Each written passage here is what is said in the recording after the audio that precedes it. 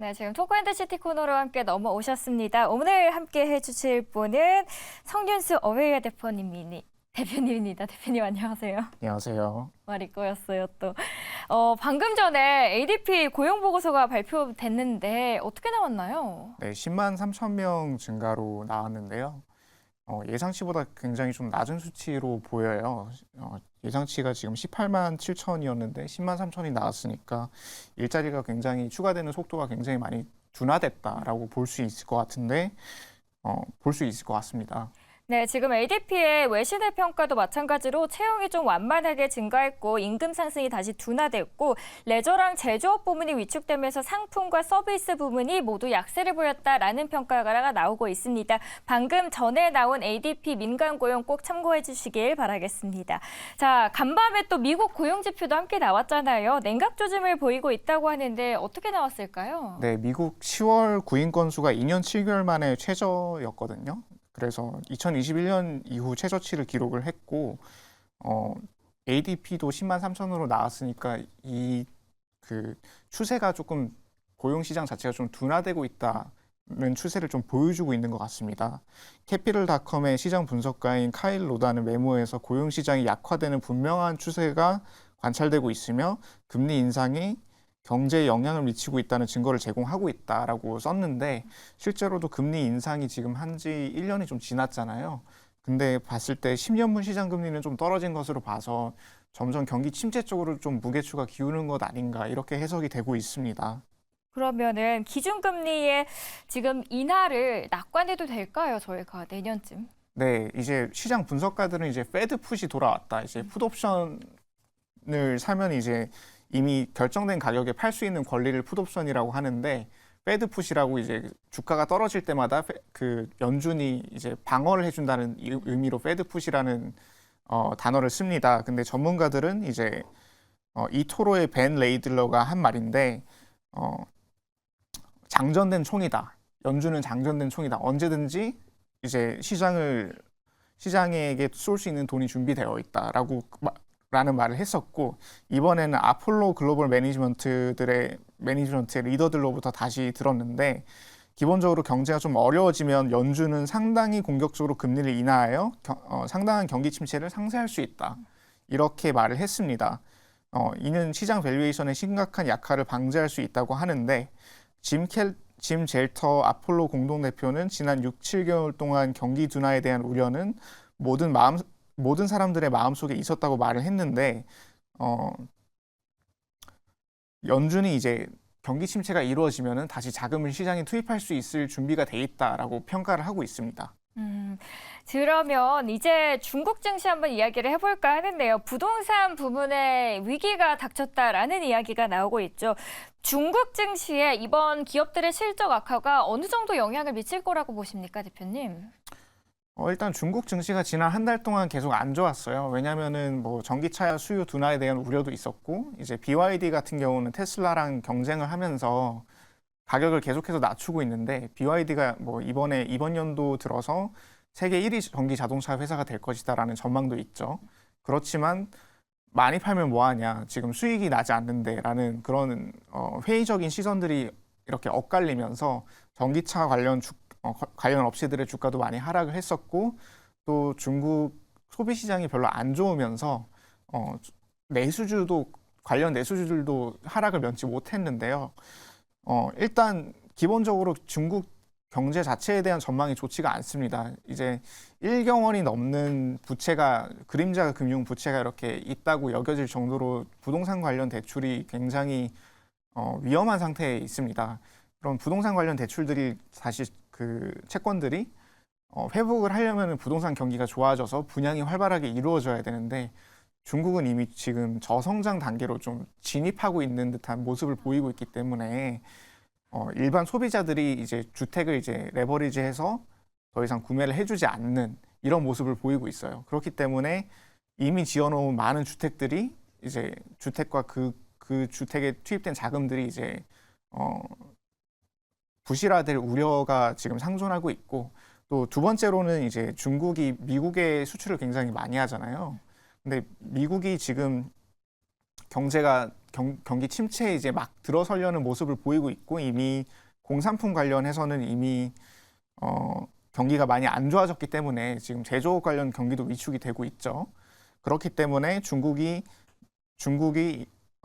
대미 수출량이 좀 줄어들 수 있다. 이런 우려가 좀 제기되고 있습니다. 그렇기 때문에 실적 약화가 한동안은 또 계속해서 지속이 될 것으로 보이고 그렇기 때문에 매도할 이유를 하나씩 더 제공해주고 있는 단계 아닌가 해석이 됩니다. 그러면 ELS 사건도 그렇고 지금 중국 증시 걱정하시는 분들이 굉장히 많잖아요. 지금이라도 어떻게 대응하면 좋을지 대표님의 의견이 궁금합니다. 일단 저는 중국 증시가 하락하는 거에 베팅을 하는 ETF들이 있어요. 미국의 뭐 양이라는 이제 ETF도 있고 그런 식으로 이제 하락장에 레버리지 ETF를 활용을 해서 하락장에 대비하는 것도 일종의 방법이 될 수 있고요. 또 은행에서 많이 판매한 ELS, 홍콩 증시와 연계된 ELS 같은 경우는 증시가 특정 지점 이하로 떨어졌을 경우에 완전히 원금이 전액 손실 처리 나는 그런 상품들을 팔았었는데 그런 상품들 같은 경우에는 좀 유의하는 게 좋을 것 같다. 이렇게 말씀을 드리고 싶습니다. 네, 이번에는 기업 단으로 한번 넘어가서 이야기 자세하게 나눠보도록 하겠습니다. 대표님 가장 좋아하시는 커피 어디 겁니까? 저는 테라로사라고. 아, 그렇습니까? 네. 많은 분들이 즐겨 드시는 커피가 스타벅스 많이 가시잖아요. 네네. 그런데 최근에 몇 주 동안 스타벅스가 기록적인 손실을 기록했다면서요. 기록적인 손실까지는 아니고요. 네. 네, 주가가 많이 하락을 했는데 그렇죠. 주가가 월요일에 2.4% 하락했고 이제 중요한 거는 이제 스타벅스 주가가 11회 연속 하락을 했습니다. 그래서 10%가량 하락을 했고요. 이거는 왜 그러냐면 JP 모건 체이스에서 애널리스트를 하고 있는 존 이반코에 따르면 이게 회계연도 4분기, 그러니까 직전 분기 기준 8%의 높은 매출 성장을 기록한 후 11월에 발표된 타사 판매 데이터가 있는데 그 판매 데이터에서 스타벅스가 성장률에 중대한 둔화가 진행되고 있다. 원래 스타벅스가 이번 분기 매출이 한 6% 정도 증가할 것으로 예측을 했는데 그게 4% 정도 증가할 것으로, 그러니까 성장률이 어떻게 보면은 3분의 2 토막이 난 것이죠. 그렇기 때문에 이제 스타벅스 매출 둔화에 대한 우려가 있고요. 스타벅스 매출 성장률 둔화를 어떻게 봐야 되냐라고 물어보신다면은 미국 같은 경우는 이제 스타벅스 커피가 조금 비싼 축에 속하고 이제 던킨이나 팀 호튼스 같은 그런 저렴한 대안들이 있는데 스타벅스 같은 하이엔드 커피가 이렇게 좀 위축을 받는다는 거는 지금 경기 침체가 좀 진행되고 있는 것이 아닌가에 대한 우려 포인트로 좀 삼을 수 있을 것 같고요. 뭐 예를 들어서 제가 개인적으로 아는 분도 이제 애플에 다니시는데 애플 같은 경우는 연봉을 굉장히 많이 주는 회사잖아요.